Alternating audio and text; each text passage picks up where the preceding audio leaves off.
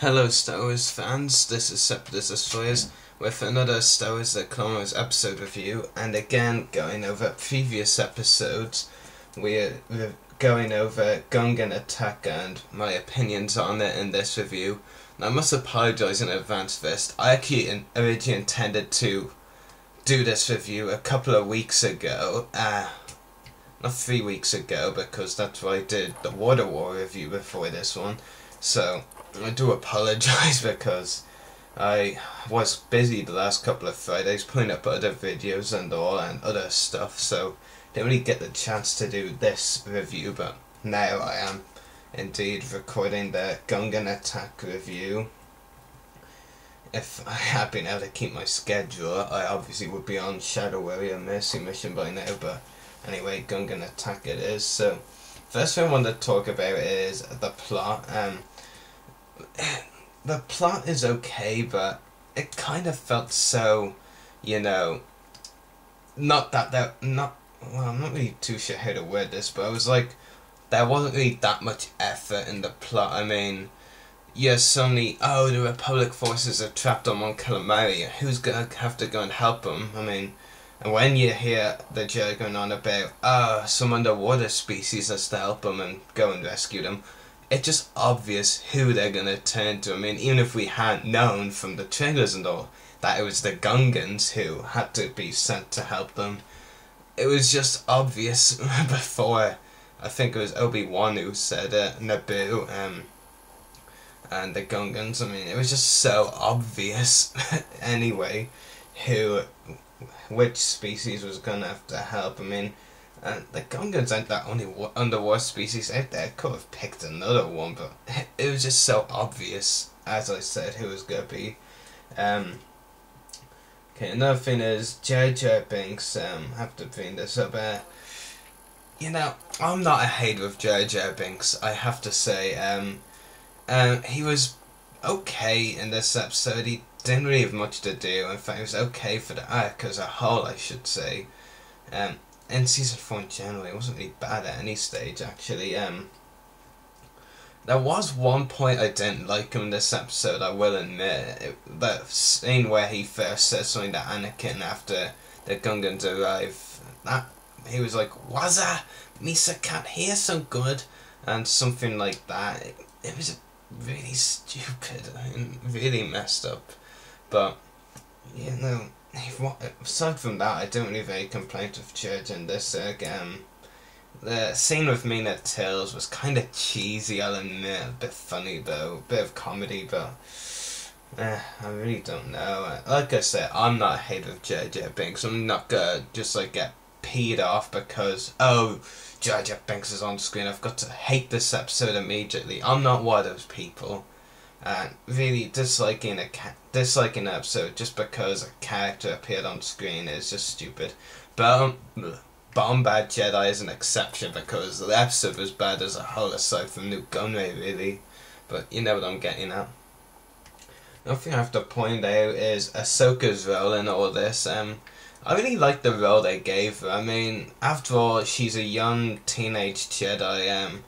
Princely Chaya is also fairly young. I'm not sure if he's exactly Ahsoka's age or in that, but it was a good idea by the writers, whoever wrote these episodes. I think there was 3 different writers for each one, actually.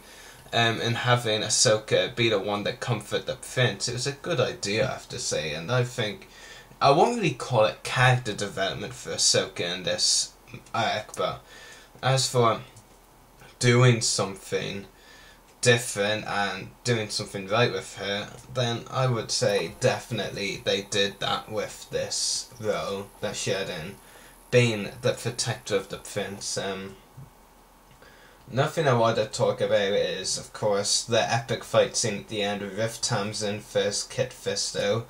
That was a really good battle. It was really cool to see a little bit of fighting that wasn't with lightsabers or blasters, and just Tamsin and Fisto beating the crap out of each other, basically.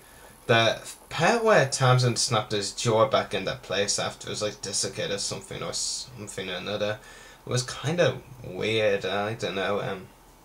It was still an epic battle, but I just laugh at anyone who like watched the episode and was like, "Oh no, Kit Fisto's dead." I mean, no, he's not, because he's in Revenge of the Sith where he really dies. So if anyone was like on the impression that Hamza killed Fisto when Hamza was dragging Fisto's body, wrong.